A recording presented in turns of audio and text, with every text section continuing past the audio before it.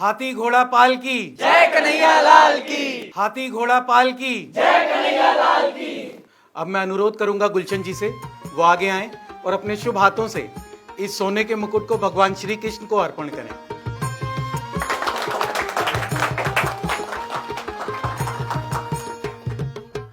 ठहरिए महाशय।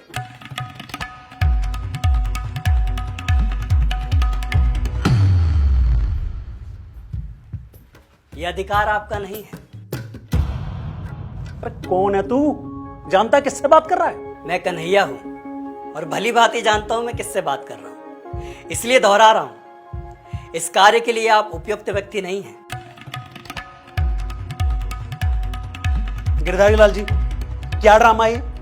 क्या मैंने सबसे ज्यादा चंदा इसलिए दिया था कि सारी सभा के सामने मुझे अपमानित किया जाए इस तरह से? देखो नौजवान, गुलशन जी एकदम सही कह रहे हैं। ये फैसला पूरी कमेटी ने मिलकर लिया था। जो मुकुट के लिए सबसे ज्यादा चंदा देगा वही इसे भगवान श्री कृष्ण को पहनाएगा।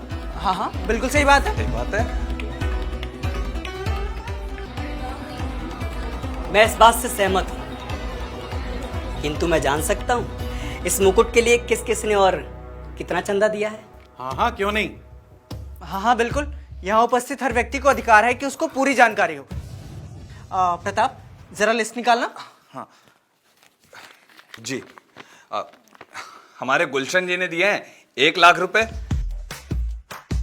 गिरधारी लाल जी ने दिए हैं 50,000 रुपए, भूषण जी और मैंने दिए हैं 25,000 रुपए, और शकुंतला देवी जी ने और बाबू राम जी ने दिए हैं 20,000 रुपए, और लास्ट में बंसी के 10,000।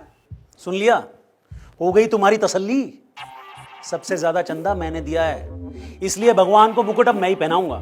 नहीं महाशय, सबसे अधिक चंदा बंसी ने दिया है। इसलिए मुकुट भी बंसी ही पहनाएगा। बंसी?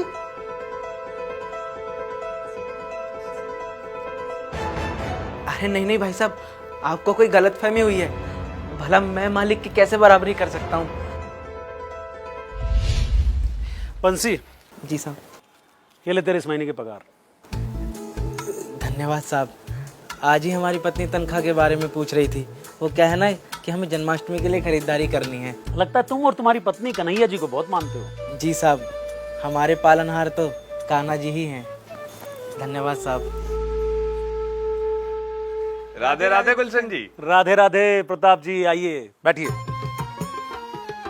और प्रताप जी, आज सुबह सुबह रास्ता कैसे भूल गए? गुलशन जी, इस बार जन्माष्टमी के अवसर पर कमेटी ने भगवान श्री कृष्ण के लिए एक सोने का मुकुट बनवाने का फैसला किया है। बस उसी के लिए चंदा लेने आए थे। भाई चंदा तो मैं दे दूंगा, लेकिन ये बताओ कि सबसे ज्यादा चंदा किसने दिया है? कमेटी के अध्यक्ष गिरधारी लाल जी ने। उन्होंने पूरे 50,000 रुपए दिए हैं। तो मैं 1,00,000 दूंगा, लेकिन नियम के अनुसार भगवान श्री कृष्ण को मुकुट मैं ही पहनाऊंगा। अरे आप नहीं पहनाएंगे तो कौन पहनाएगा? साहब, मुझे भी कान्हा जी के मुकुट के लिए चंदा देना है। अरे बंसी, हम लोग यहाँ पर बड़ा चंदा लेने आए हैं। तेरा छोटा मोटा 100-200 रुपए का चंदा तू मंदिर के दान पेटी में डाल दे। नहीं साहब, मुझे सारे पैसे देने हैं।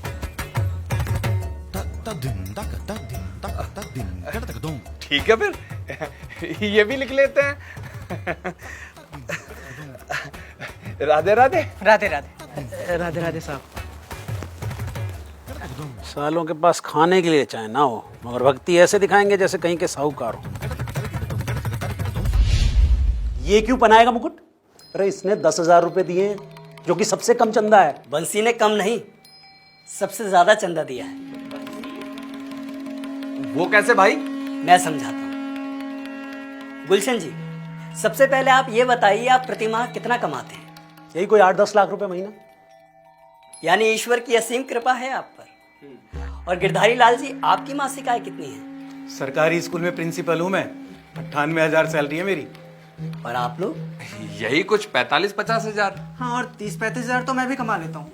और बंसी भैया, आप कितना कमाते हैं? मेरी तनख्वाह तो मात्र 10,000 रुपए है। लेकिन भैया, अगर इससे ज्यादा भी होती ना, तो भी मैं अपने मुरली वाले पर सब न्यौछावर कर देता। परंतु आपके घर का खर्च कैसे चलेगा? मुझे इस बात की चिंता करने की कोई आवश्यकता नहीं भैया।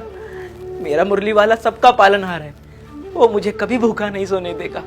तो देखा आप लोगों ने, एक और गुलशन जी हैं जो महीने का 10 लाख कमाते हैं और अपनी आय का 10% मुकुट के लिए दान देकर घमंड में चूर हैं।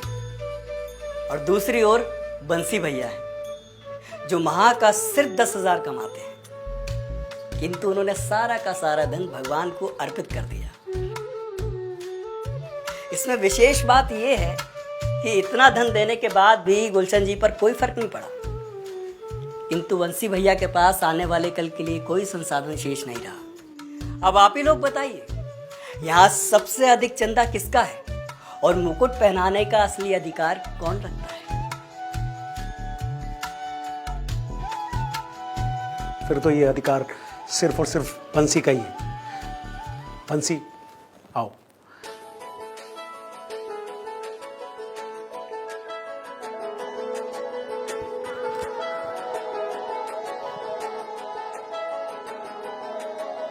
तुम्हारे कारण सब छोड़या, अब मोही क्यों तरसाओ, बिरहा बिठा लागी उर अंतर, सो तुम आए बुझाओ, अब छोड़त नहीं बड़े प्रभु जी। ये मुरली वाले का प्रसाद है आपके लिए।